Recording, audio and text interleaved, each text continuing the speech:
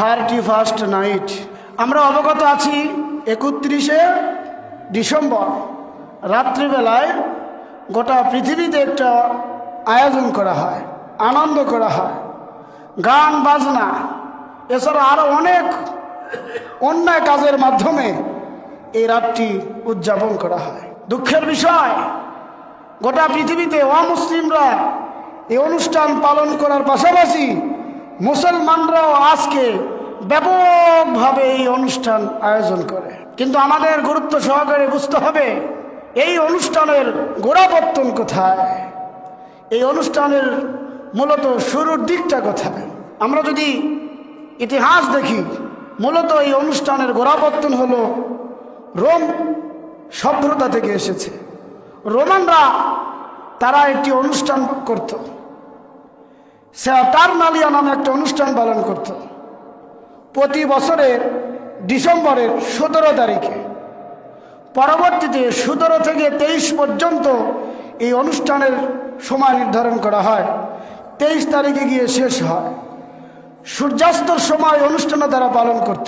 তাদের একটা কৃষি দেবতা ছিল, স্যাটার্নকে সম্মান প্রদর্শনের জন্য তারা এই অনুষ্ঠানের আয়োজন করত।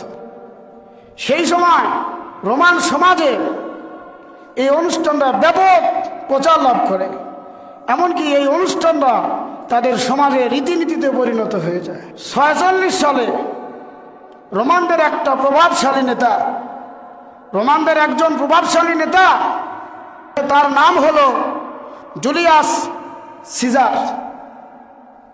সে জুলিয়ান নামক একটি ক্যালেন্ডার আবিষ্কার করে।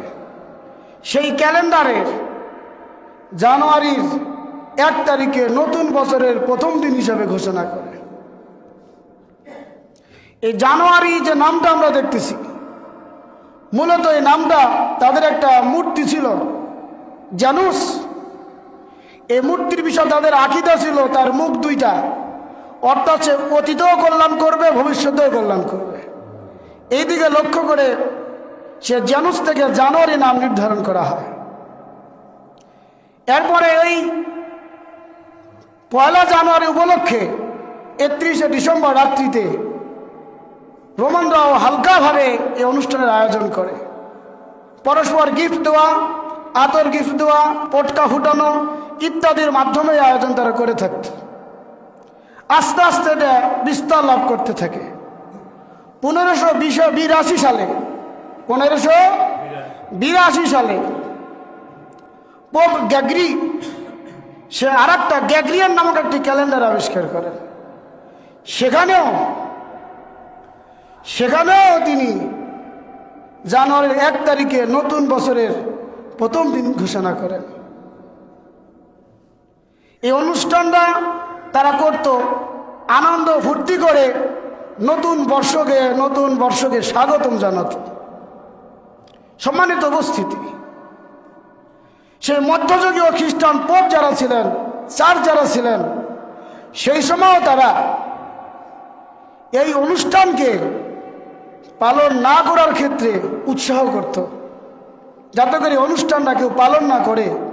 এবং সেই সময় তারা এই অনুষ্ঠানটাকে পালন করার ক্ষেত্রে এই অনুষ্ঠানের জন্য তারা বলতো যে অনুষ্ঠানটা হলো পৌত্তলিকদের একটি অনুষ্ঠান, সুতরাং এই অনুষ্ঠান যেন পালন না করা হয়, মানুষকে উদ্বুদ্ধ করত। 1907 সালে এই অনুষ্ঠানটা ব্যাপক আকার ধারণ করে এবং ইউরোপ আমেরিকায় এটা একটা আধুনিকতার ছোঁয়া বয়ে যায়। সেই ধারা পরিক্রমায় এক এক করতে গোটা পৃথিবী অনুষ্ঠানটা ছড়িয়ে পড়ে। শুধু তাই না, প্রথমে মুসলমানদের দেশে আস্তে আস্তে প্রবেশ করে।